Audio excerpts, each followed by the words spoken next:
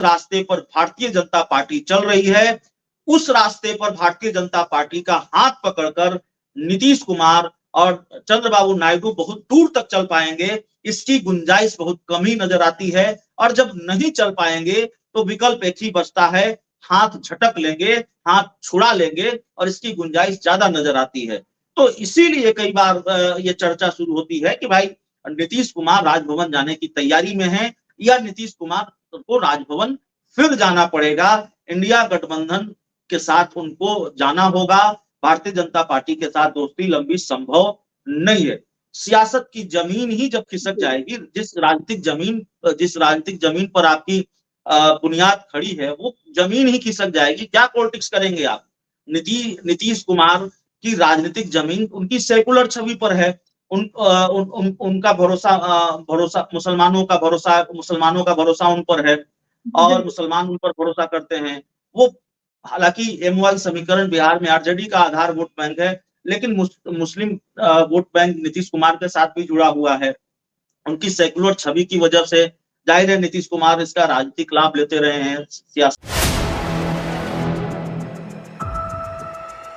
भी मैं जानना चाहूंगी कि झारखंड विधानसभा चुनाव में अगर जो हेमंत दोबारा का जो नारा लगा है जेएमएम की तरफ से, अगर ये पूरा होता है और हेमंत सोरेन की सरकार आती है, यानी कि जेएमएम आती है, तो इसका खासा असर हमें बिहार में किस तरह से देखने को मिलेगा? क्योंकि बिहार में इस वक्त अगर हम देखें तो सियासी भूचाल आया पड़ा है, और कहीं ना कहीं नीतीश कुमार की नाराजगी, अगर हम कहें कि थोड़ी खटपट भी नजर आ रही है बीजेपी की तरफ से। अगर हम देखें तो नीतीश कुमार थोड़ा सा दूरी बनाए हुए हैं। देखिए, इसका तो अगर हेमंत सरकार झारखंड में वापस लौटते हैं तो इसका तो सबसे बड़ा असर बिहार में ये देखने को मिलेगा कि इंडिया गठबंधन जो बिहार में है उसका भी मनोबल ऊंचा होगा। भारतीय जनता पार्टी पूरी ताकत लगाकर भी अगर झारखंड का विधानसभा चुनाव नहीं जीत पाती है, और इस बार तो भारतीय जनता पार्टी ने वाकई पूरी ताकत लगाई है।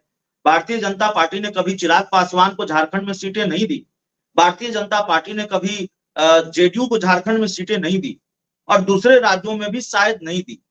गुजरात में जेडीयू सीट चाहती रही है, राजस्थान में जेडीयू सीट चाहती रही है, उत्तर प्रदेश के विधानसभा चुनाव में जेडीयू चाहती थी कि सीट मिले एनडीए में और मिलकर लड़े। आरसीपी सिंह को इसके लिए जेडीयू ने लगाया था, जिम्मेवारी सौंपी थी, बात नहीं बनी। तो दूसरे राज्यों में अपने सहयोगी दलों को भाव नहीं देती भारतीय जनता पार्टी, लेकिन झारखंड के विधानसभा चुनाव में इस बार दिया है। और तो आप इससे डर का अंदाजा लगा सकती हैं कि चिराग पासवान को भी साथ लाना पड़ा झारखंड में, जबकि चिराग पासवान झारखंड के लिए कोई बहुत बड़े फैक्टर नहीं है। नीतीश कुमार को भी साथ लाना पड़ा, और नीतीश कुमार भी झारखंड में कोई बहुत बड़े फैक्टर नहीं है झारखंड के लिए। बहुत मदद बीजेपी की कर पा रहे हैं ऐसा लगता नहीं है। तो एक तो ये मामला है जाहिर तौर पर, और उसका असर बिहार में ये होगा, इस मनोबल ऊंचा होगा। जो साइकोलॉजिकल इफेक्ट है वो इंडिया गठबंधन पर पड़ेगा, एनडीए पर पड़ेगा कि मनोबल उसका कमजोर होगा। अगर झारखंड विधानसभा चुनाव जीत जाती है जेएमएम, जिसके आसार नजर आ रहे हैं, बाकी 23 नवंबर को पता चलेगा। और देखिए, बिहार में उपचुनाव है, उपचुनाव के नतीजों का असर भी बिहार में होना है। जेडीयू अगर विधानसभा की सीट हार जाती है, बेलागंज एकमात्र सीट है जो जेडीयू लड़ रही है, वो सीट अगर जेडीयू हार जाती है, हालांकि अगर हार जाएगी तो बहुत हैरानी नहीं होगी, और जीत जाएगी तो जरूर हैरानी होगी, क्योंकि 30 सालों से ये अवैध किला है आरजेडी का। सुरेंद्र यादव 30 साल से विधायक बनते रहे हैं, लेकिन हार जाएगी तो जाहिर है इसका ठीकरा बीजेपी के सर भी फूटेगा। इसको हम फिर इस तरह से समझाते, कई बार दर्शकों को हमने बताया भी है। देखिए, बेलागंज में जो जातीय समीकरण है प्रगति जी, 62,000 मुस्लिम वोटरों की संख्या है बेलागंज विधानसभा की सीट पर, और नीतीश कुमार की सेकुलर इमेज को डेंट लगा है, ये बात कही जाती है। उनकी जो सेकुलर छवि है उसका सत्यानाश बीजेपी करने पर तुली हुई है। जिस तरह से गिरिराज सिंह की हिंदू स्वाभिमान यात्रा, बीजेपी के नेताओं के बयान, बीजेपी के सांसद के बयान मुसलमानों को लेकर, तो जाहिर है एक मुस्लिम बहुल इलाके में जेडीयू चुनाव लड़ रही है। नीतीश कुमार की सेकुलर छवि को अगर धब्बा लगता है, सेकुलर छवि पर सवाल उठते हैं, अगर उसका नुकसान उठाना पड़ता है, उसका असर विधानसभा के चुनाव के नतीजों पर पड़ता है, उपचुनाव के नतीजों पर पड़ता है, तो जेडीयू और बीजेपी के बीच दूरियां और बढ़ेंगी। इसमें कहाँ कोई सवाल है। ये तो बिल्कुल तस्वीर साफ है कि इसका ठीकरा बीजेपी के सर फूटेगा। और बीजेपी का सर फूटेगा तो नीतीश बीजेपी और दूर होंगे। अभी एक खबर और आई है आज, खबर ये आई है कि उलेमा हिंद, जमीयत उलेमा हिंद की एक मीटिंग हुई, एक कार्यक्रम हुआ, और उसमें वहां के जो मौलाना थे उन्होंने साफ कहा है कि अगर वक्फ संशोधन अधिनियम बिल पास हो गया, तो संसद से पास हो गया, तो इसके जिम्मेवार नीतीश और नायडू होंगे। एक तरह से चेतावनी नीतीश और नायडू के लिए है।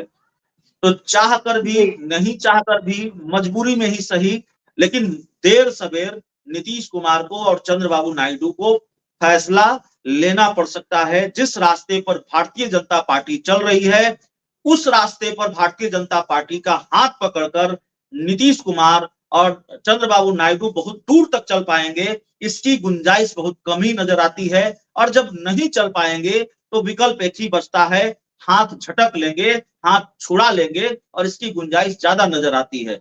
तो इसीलिए कई बार ये चर्चा शुरू होती है कि भाई नीतीश कुमार राजभवन जाने की तैयारी में है, या नीतीश कुमार को राजभवन फिर जाना पड़ेगा, इंडिया गठबंधन के साथ उनको जाना होगा, भारतीय जनता पार्टी के साथ दोस्ती लंबी संभव नहीं है।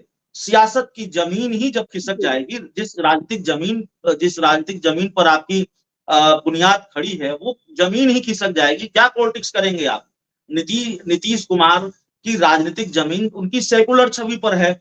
उनका भरोसा मुसलमानों का भरोसा उन पर है, और मुसलमान उन पर भरोसा करते हैं। वो हालांकि MY समीकरण बिहार में आरजेडी का आधार वोट बैंक है, लेकिन मुस्लिम वोट बैंक नीतीश कुमार के साथ भी जुड़ा हुआ है। उनकी सेकुलर छवि की वजह से जाहिर है नीतीश कुमार इसका राजनीतिक लाभ लेते रहे हैं, सियासी फसल सींचते रहे हैं, काटते रहे हैं। और जब आपकी सेकुलर छवि का ही सत्यानाश हो जाएगा, आपकी सेकुलर छवि में ही डेंट लग जाएगा, तो जाहिर है आपकी राजनीतिक जमीन कमजोर होगी या सियासी जमीन खिसक जाएगी। तो चंद्रबाबू नायडू के सामने भी ये मजबूरी है, नीतीश कुमार के सामने भी ये मजबूरी है, और इनको चिताया जा रहा है जिस तरह से मदनी ने चिताया है कि आप फैसला लीजिए, नहीं तो ठीकरा आप ही के सर फूटेगा अगर वक्फ संशोधन अधिनियम बिल लागू हो गया। नीतीश कुमार की पार्टी के नेताओं में भी नाराजगी है।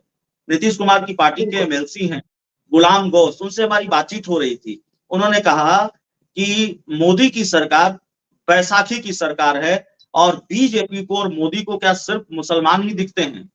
अपने मन से इस तरह का फैसला नहीं ले सकते, तानाशाही नहीं कर सकते मोदी। ये जेडीयू के MLC कर रहे हैं, जेडीयू के नेता गुलाम गौस कर रहे हैं, याद रखिए। और बहुत ऑन द रिकॉर्ड उन्होंने कहा है हमारे साथ बातचीत में, चिराग पासवान भी झटका दे सकते हैं। सिर्फ नायडू और नीतीश की चर्चा क्यों होती है? चिराग पासवान को भी इसमें जोड़ लीजिए। और चिराग पासवान की पार्टी के 5 सांसद,